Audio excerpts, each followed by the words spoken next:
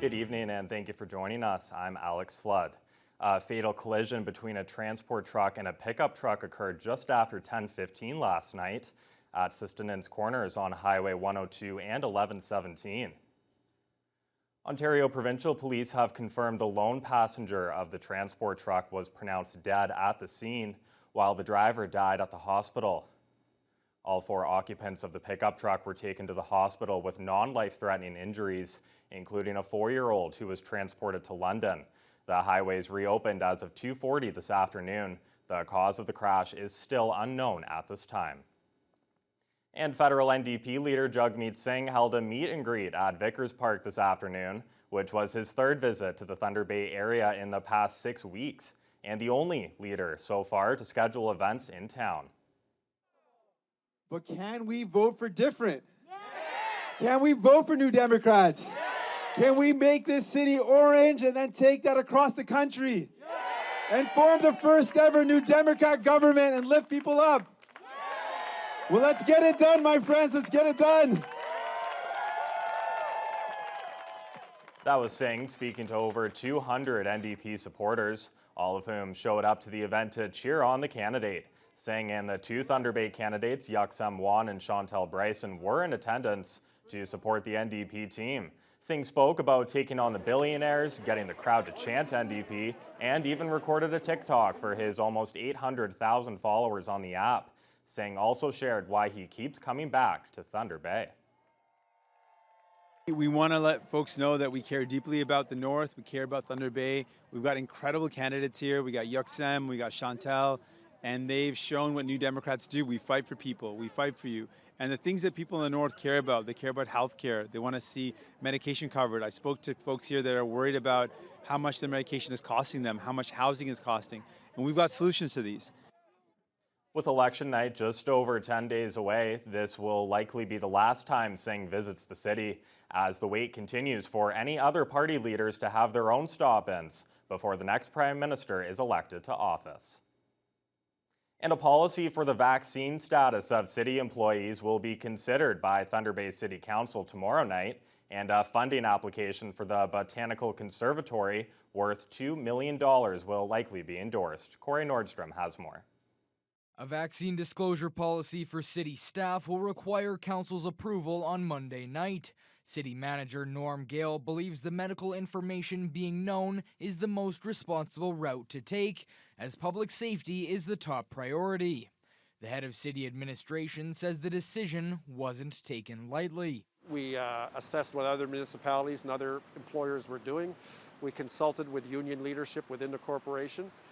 We've done surveys of our staff, of what it's like for COVID, working in a COVID environment.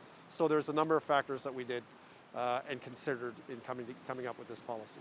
At-large Councillor Aldo Roberto will present a motion to Council to make garbage containers mandatory. Roberto's aim is to cut down on the mess caused by animals when bags are left on the street. Everybody should have a garbage can. Everybody should be responsible. I don't think we're asking for the world here. Yes, garbage cans go flying. Yes, the wind blows the lid off and you lose your lid. But you know what? We're part of a community. We want to have a clean, beautiful community. We want to be proud. And a $2 million request to upgrade the city's Botanical Conservatory is set to be endorsed Monday. The application to the Northern Ontario Heritage Fund Corporation has been moved to a second stage in the province's review process. The work will include the building's aging boiler and a roof that is of growing concern. For 12 years or 15 years, they've had a net up. You know, it was a piece of infrastructure that was not being attended to. This council has decided it's important enough that we want to maintain that infrastructure, and we're looking for opportunities to get it done. The conservatory project will cost $7.1 million. Council is also seeking $2.5 million from the federal government. Corey Nordstrom, TBT News. You could call it the undercard fight in the lead-up to Thursday's federal leaders debate, as all 5 of the candidates vying to represent the Kenora riding faced off at the only in-person event in the region. Adam Riley was there and has the details. It was a fairly sized and socially distanced crowd this week at the Seven Generations Educational Institute, who gathered to see and hear what Conservative incumbent Eric Melillo, Liberal David Bruno, New Democrat Janine Seymour, the Green Party's Remy Rowe and the PPC's Craig Martin had to say as they squared off on the issues that matter to the region. Hosted by the Kenora District Chamber of Commerce, pre-selected topics by the Chamber included climate change. The Liberal government will also invest $8 billion to accelerate the green jobs and green industry strategies to continue investing in funds so that we get to reduce our footprint, our carbon footprint. We will develop a tax investment credit up to 30% for a range of clean technologies, including low carbon technologies with input from external experts. Anything you can do with fossil fuels and anything you can do right now can be done with alternative energies. A good example, in Sweden, they're making steel that has no coal and no coke. If they can do it there, we can do it here. We just need to tap into it. We need to fund it properly. The United Nations Declaration on the Rights of Indigenous People. We will work to abolish the UNDRIP legislation, and we'll work to abolish the Indian Act. We'll work with First Nations leaders to provide a Fair Governance Act, which they will work with providing fair governance to all nations across the country. And local housing and homelessness. If we have more federal land for residential development, and that would be aiming to release 15% of federal real estate for federal development, because when we look at the issues of affordable housing across our region, it's really all about supply. There's not enough supply keeping up with the demand, and that's exactly what our party will address. However, time was also given for residents to ask the candidates where they stood on other issues, including the overrepresentation of racialized individuals in jails. Judicially, there's minimum sentences that judges must impose, and that's mandated.